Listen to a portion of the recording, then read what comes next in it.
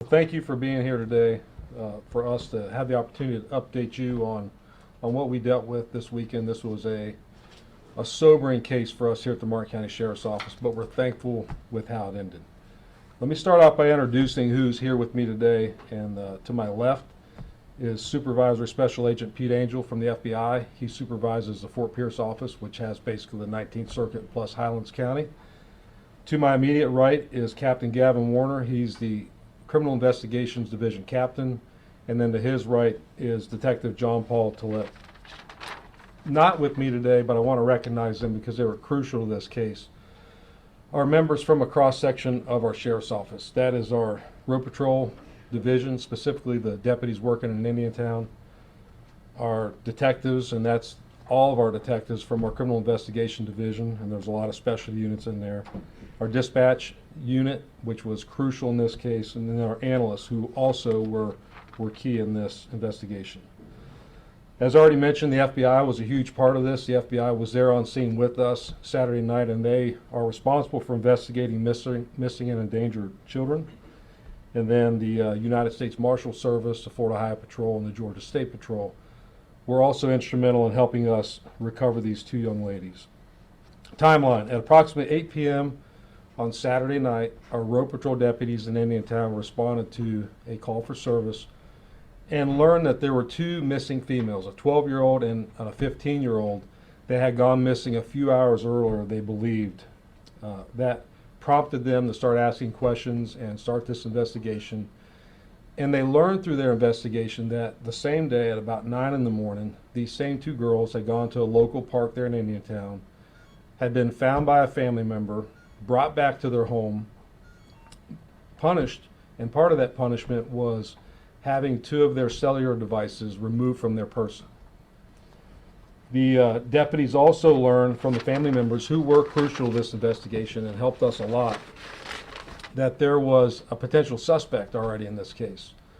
And that suspect had been identified through a Snapchat app back in 2025, in the middle of 2025. And the family members suggested to our deputies that an individual on that app may be involved in these girls disappearing.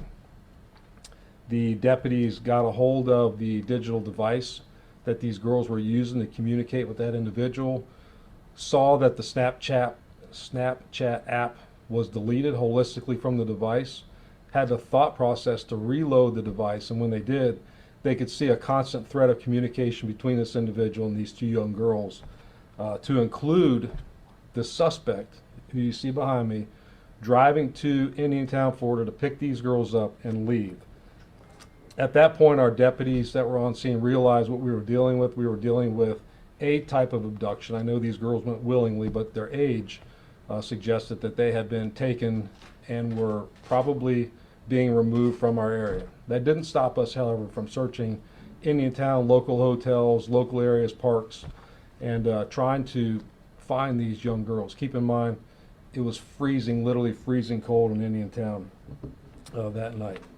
Because we know what happens in these cases oftentimes, we were in full crisis mode, and we called out anybody that was anybody in this case that could help us. And that included using every single piece of investigative equipment we had that was relevant to this case. And I'm not going to get into the specifics in that necessarily, but we use a lot of technology to help solve these cases. Also in the investigation, we learned how the initial communication between these girls and the suspect started. The communication initially started, we believe, and keep in mind we're going through devices, in the summer of 2025 on a gaming app called Roblox. And from that gaming app, these girls were then moved from Roblox over to Snapchat. The family told us that they saw some weird things that were going on, involving gifts, specifically food for the most part, showing up to the house. All these things I just mentioned were indicative of what we believe to be a grooming process that the suspect was doing with these young girls. Because of all the devices and the information we had, our detectives were able to quickly piece together a timeline and realized that on January 30th, which is Friday, the day before these girls went missing at 9 in the morning, our suspect left Omaha, Nebraska, and drove straight through, we believe, to Indiantown, arriving January 31st, Saturday, at 10 in the morning. So he drove 22, 23 hours straight through from Omaha, Nebraska to Indiantown, Florida. The girls initially appear to have intended to hook up with him in the morning at the park. That did not happen. They were disciplined, brought home, their devices were taken away, and our suspect was then milling around Indiantown for a period of time. Utilizing all of our investigative platforms, our detectives were able to piece together a pretty significant timeline, suspect vehicle and vehicle information, which was key to finding this individual. With that timeline, we were able to identify what we believed to be a route of travel that the suspect was taking back to Omaha, Nebraska. I-75 primarily. We were able to contact the Florida Highway Patrol, the Georgia State Police, and thankfully, the Georgia State Police was able to pull this vehicle over, take our suspect into custody, and rescue our two girls from the scenario that they had placed themselves in. Our suspect, I can't pronounce his name. You can see his spelling behind me. He's a 19-year-old American citizen from Omaha, Nebraska. He's been charged with 2 counts of kidnapping and 2 counts of interference of child custody. And those charges are from Martin County. That's a warrant that's been issued for him. And he's currently sitting in jail in Loudness County, Georgia, awaiting our detectives to get the extradition paperwork so we can bring him back here to South Florida. Now, I gave you a lot of information, but let me just close with this before I open up for questions. We talk regularly about the importance of parents and family members being vigilant about grooming and social media platforms and the impact it has on kids. And in this case, I think we prevented something disastrous. Do I know it was going to happen? No, none of us do. We have gone through the devices that we had available to us at the time.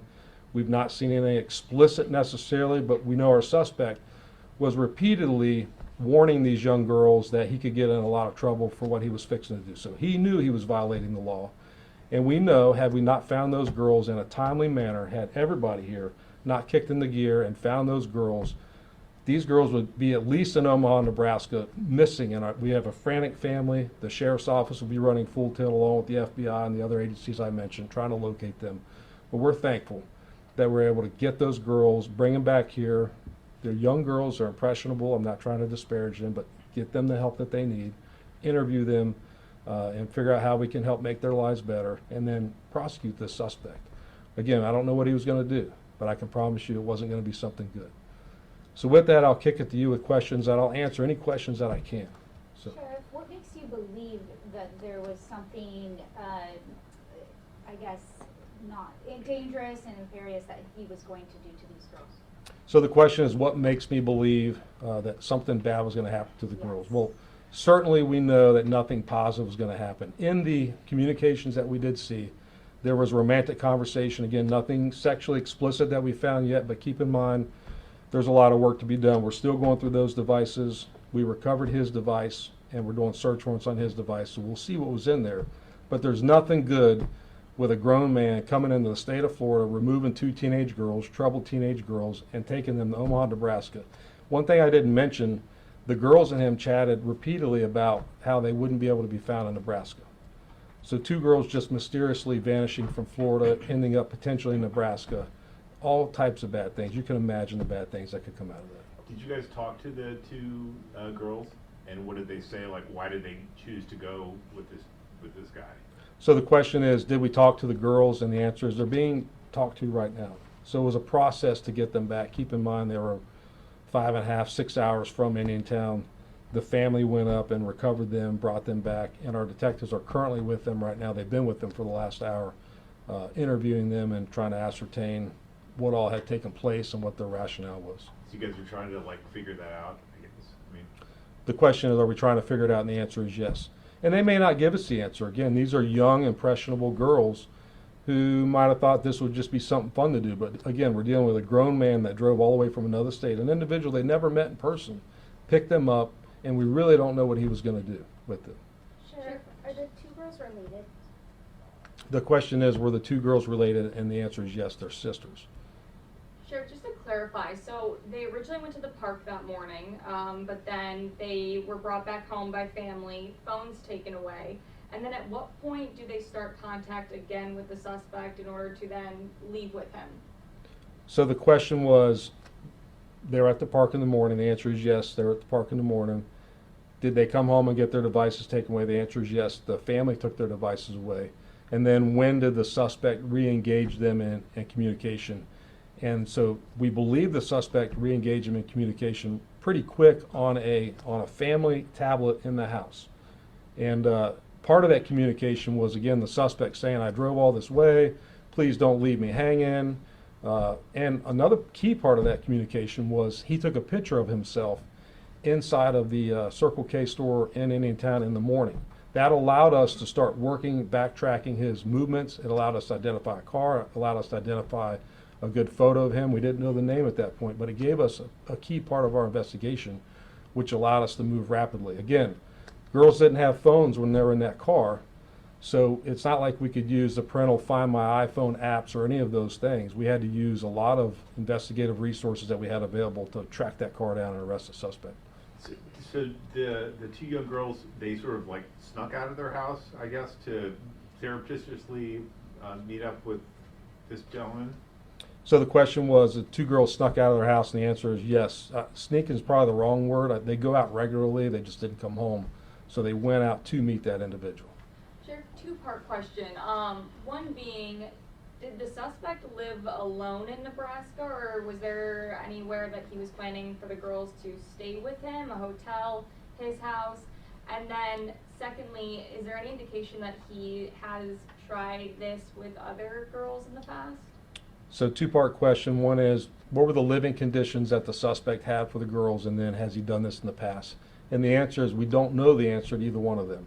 He has no criminal history. He's never been arrested before. Again, in the communication within the app, he clearly stated to those girls that he could get in trouble, so he knows he's doing something wrong.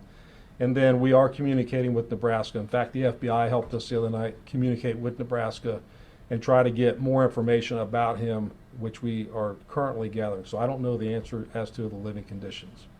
How long do you believe that he was actually had these girls in the car with him, or in his, I guess, custody, for lack of a better term, before he was stopped by law enforcement in Georgia?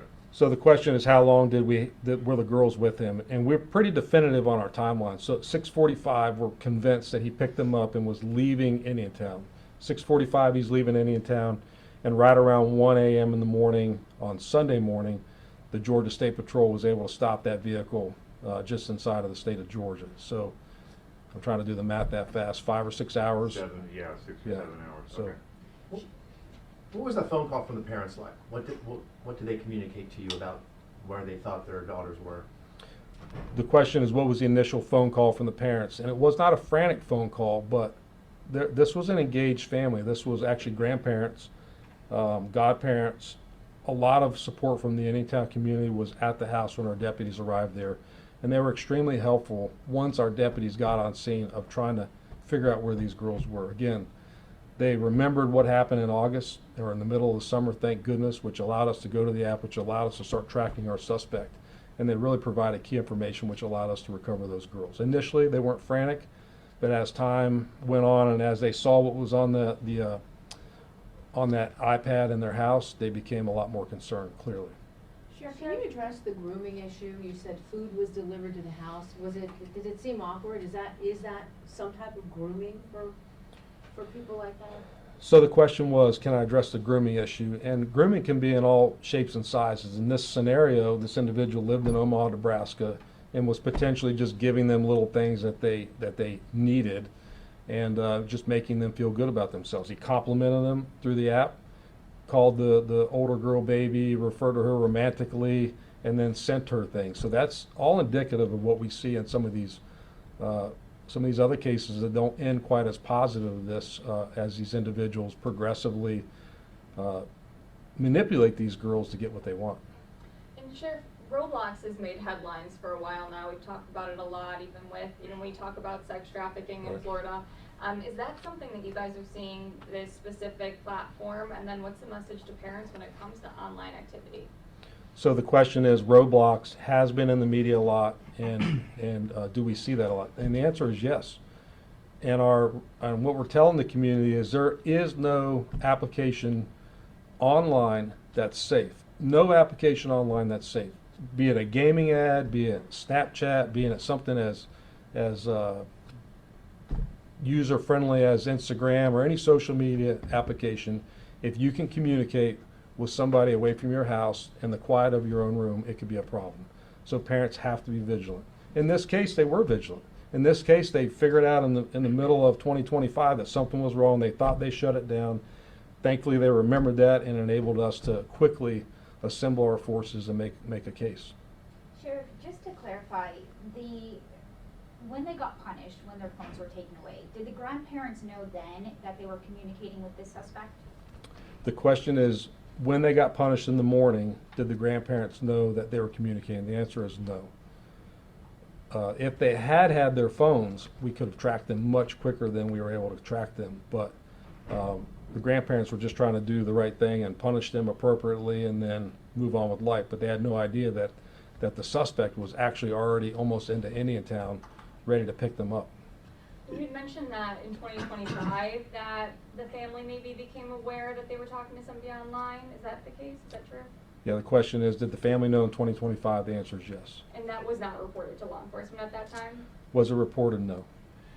Is there any chance that this case will be, I guess, dropped by the state by the state prosecutors and become a federal case, given the going across state lines issue? Or you've got gentlemen from the FBI here, so. So the question is there any chance this case may be adopted federally? And the answer is yes. Now, I'm going to speak for Special Agent today. He's not going to speak, but yes, the U.S. Attorney's Office is looking into this case, and we are exploring all the information that we have. Again, we're still waiting on a search warrant for the phone.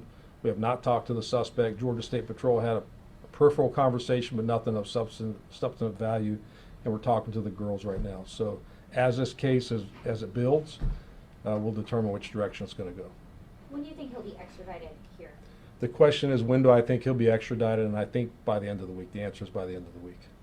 Is he cooperating with authorities right now? The question is he cooperating? And he was passive, but he didn't provide any statements. You can kind of see him smirking in that photo. I think he thinks this is a joke, but he's fixing to find out it's not. How important was it to get the girls' cell phones and be able to start that timeline that you keep talking about? The question is how important was it to get the cell phones and start the timeline? It was crucial to this case. We started with nothing. We started with 2 missing girls out of Indiantown, and absent the device that we got onto, those girls would be out of our state, maybe in Omaha, Nebraska. We don't know what our suspect was going to do, so we would be frantically searching this entire county. The family would be wondering what happened to these kids. The community would be up in arms, rightfully so. That one device was key to making this case.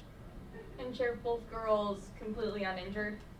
The question is, both girls completely uninjured, and the answer is physically, from what we could see, yes. We are optimistic, again, based on our timeline of when they were picked up and the timeline of when they were the suspect was taken into custody, that Lord willing, nothing happened. We were worried, obviously, about them stopping at a hotel, and you can imagine all the things that were going through our minds, and we were working rapidly to try to prevent any of the above. Was he easily identifiable through the app, or did you have to really do some research to find out who was behind the person on the app? So the question was he readily identifiable through the app? We had a good photo. This middle photo is him in the app. That's a photo that he sent. But that did not lead us to identifying his actual name. It did lead us to Circle K store in Indiantown, which gave us a really good photo of him walking in earlier in the morning, which led us to the vehicle. The vehicle really was key in us tracking him down. He stayed live on his digital devices the entire time. When our detectives were working with the device they had, it's one thing I actually should have mentioned, the device they had in their hand, he was still communicating with our detectives on that device. Our detectives were asking questions, he was answering questions, he was showing concern. Oh, please tell me what's going on. Where are the girls? Basically, I care about them. Give me any information you have, and denied being with those girls. So him keeping the device on was helpful to us, and it also showed us a little insight into his mentality. He was certainly not planning to to help us with this investigation. Sheriff, can you describe the feeling when you got that phone call from Georgia that said, we have him pulled over?